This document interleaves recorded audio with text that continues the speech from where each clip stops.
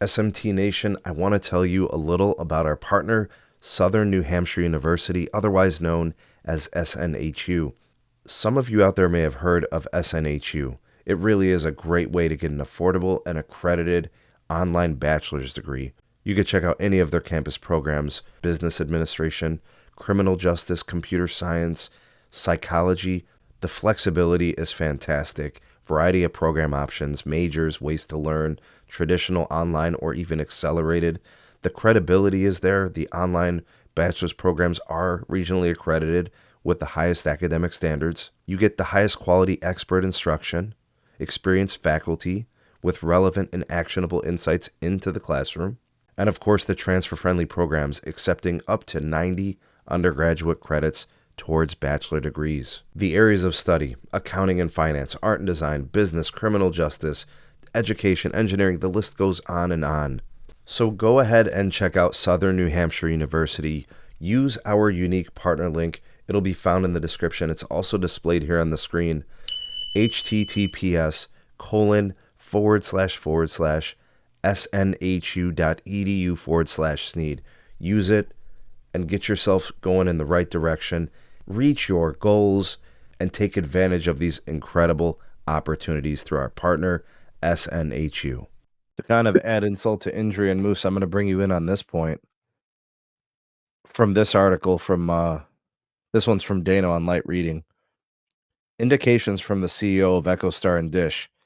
They are going to try again in postpaid 5G later this year, which sounds to me like they are going to reset and relaunch their postpaid services, Boost Infinite.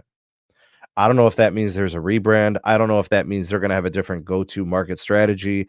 I don't know if that means they got the phone compatibility issues worked out, the activation issues worked out, their systems have been secured, no more ransomware and security problems.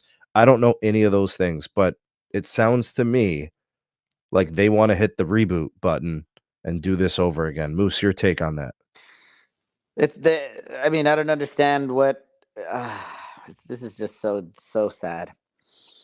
Honestly, they should be advertising to the illegals, the undocumented, giving them free service at this point, right? If they want to grow service. I mean, honestly, seriously, man, what exactly do they expect to gain out of the best promotion that any carrier has ever offered in the third and fourth quarter last year? Literally, a free iPhone 15 Pro. All you do is pay the rate plan. You don't even have to do a trade in. And people still didn't go to Dish. Well, part of that problem, Moose, is the fact that they don't know it exists. They're not getting to the customer. They're not getting in front of the customer, and they're not converting that deal. So you can have the greatest deal of all time. You could, let's call it ice cream. You could have the best ice cream of all time, but if I can't convince people to come in and look at my ice cream, I mean, I might as well have the world's worst ice cream. It's honestly ridiculous. They I don't mean, Nobody knows that they exist. Nobody knows there's no visibility. this is the greatest collapse of any company since Sprint.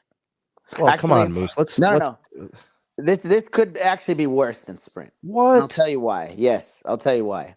Mm. Because Sprint actually had great engineers, great backbone of folks. They just had terrible series of unfortunate events and also really bad CEOs. After I forgot that one guy's name.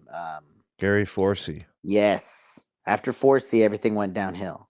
But could Sprint have come around with 4C? He would have probably gotten low band. He would have probably, gotten a couple of other things. He would have had to have leveraged a lot of, different options and gotten into more debt. But this is honestly almost like Enron. No joke. This could be in future MBA case studies of what not to do from a US government standpoint.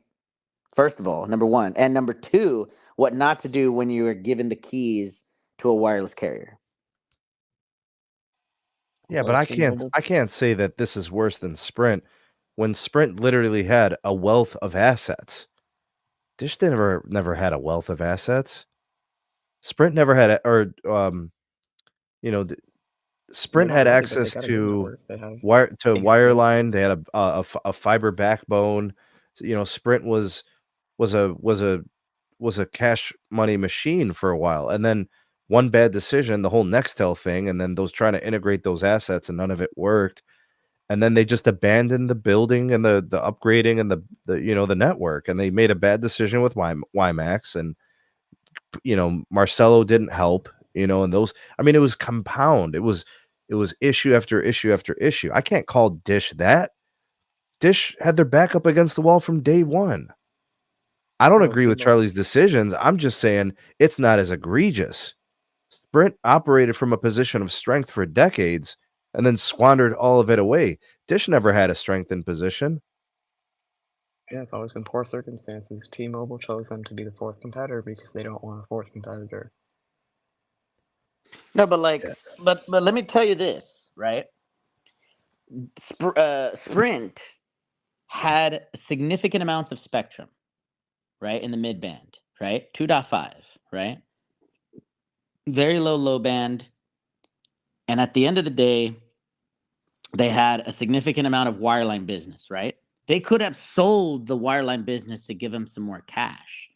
They could have consolidated a significant amount of employees in the sake of driving this company super lean until the network started performing like they wanted to. They could have also, hear me out here, stay with me. That's the meme, by the way, the the meme. Stay with me now. That they could have done what Verizon is doing now, which Sprint could have became the wholesale company. That's the end game for Verizon, ladies and gentlemen. They will become a wholesale wireless company. Any of the two smaller carriers back in the day before the merger could have done the same. They could have literally have given bare bone at cost service, maybe a little bit of profit, and they could have roamed on AT&T or on Verizon. They could have struck a deal. But instead, Clare was looking for a way out. So that's why he capitulated and he sold. Yeah, but he was operating in the interest of SoftBank. He was never Right. operating in the interest of Sprint as a brand. He wasn't fighting for Sprint. He was fighting for a merger and acquisition. He was fighting for a bail. We're not gonna make it. Yeah. Yeah. Dish will be a viable fourth competitor.